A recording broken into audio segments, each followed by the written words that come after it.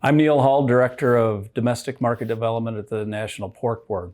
I lead a team of field staff that are out working with retailers, food service operators, packer processors to really engage with those in the supply chain that help to move and create demand for pork.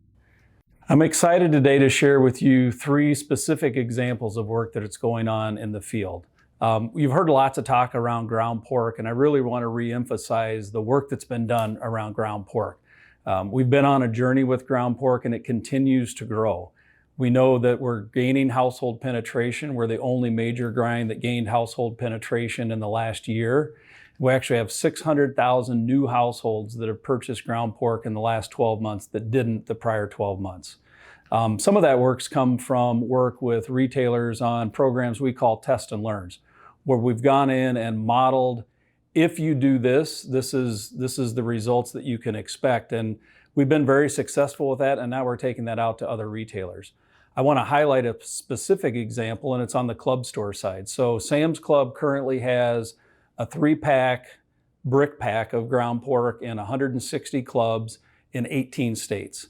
The product is performing very well. It's been in market for almost a year, and sales have surpassed 750,000 pounds.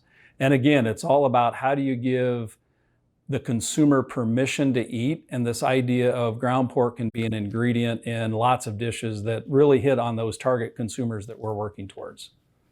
The reality is what we're seeing is a lot of incremental sales, which means that it's a new sale for the retailer, and it's bringing new consumers to the category.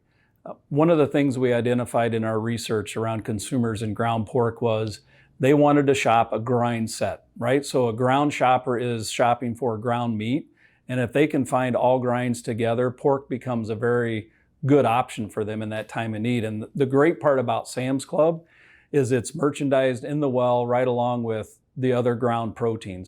Another example that I wanted to highlight really comes from the food service side of the business. So Del Taco is a chain of quick service Mexican restaurants on the West Coast. They have 650 locations in 30 states.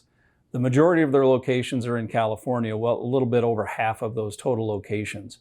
In 2017, the National Pork Board worked with Del Taco on some menu ideation around what are some new items that you could bring to the menu, and they introduced pork carnitas in 2017. The item is back on menus today, again for the first time since 2017, featured around pork carnitas and 5 or 6 different menu items. Pork Checkoff engaged with them with some funding, and you'll find the Pork Checkoff logo on everything from drive-up menu boards to in-store signage to even the email campaigns that they send out to their customers. The great part about this is it's running for 12 weeks, so it's a 12-week LTO campaign, and estimated volume will be somewhere between 250 and 300,000 pounds of new incremental volume. And one of the key things that this item does for a food service operator is it helps to drive traffic. Because there's one thing that a food service operator is concerned about, it's how do we get more traffic coming into our restaurants, and something new and exciting on the menu, and we're excited that it's pork carnitas, is really exciting to see in the marketplace. The final example I want to share today is the Big Pig sandwich. And I will tell you, this came out of a conversation that Elaine Oddie had with E.G. America. E.G. America is the 4th largest C-store operator in the country, and they have over 1,700 locations in 30 different states. Not all are necessarily under the E.G. America logo, so in some of your local markets it could be Loaf and Jug, it could be Cumberland Farms, or it could be Tom Thumb.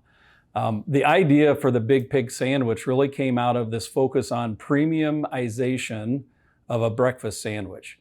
So it has ham, it has bacon, and it has sausage on it. When it ran on menus in 2020, performance was great. They sold over 30,000 units.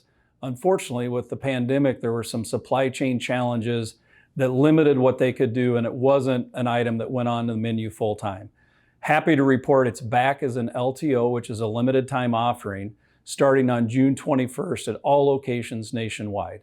Again, it has over 6 ounces of pork on it, and the goal for the promotion is for it to become a full-time menu item, assuming that performance, but they're estimating and doing some initial builds if they'll sell over 50,000 sandwiches.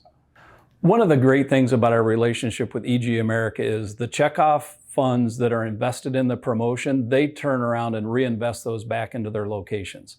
So an example would be in the 2020 promotion, there were Turkey Hill locations that were able to invest in new equipment for their locations where otherwise they wouldn't have had the opportunity to do that. So again, a great partnership, a lot of solid, strong relationships that have really helped to build that and grow it further out. I appreciate the opportunity to share some of the work that's happening on your behalf in the marketplace to increase demand for pork. If you want more information, visit porkcheckoff.org/emails, and you can follow our weekly updates on the exciting work that's happening at the National Pork Board.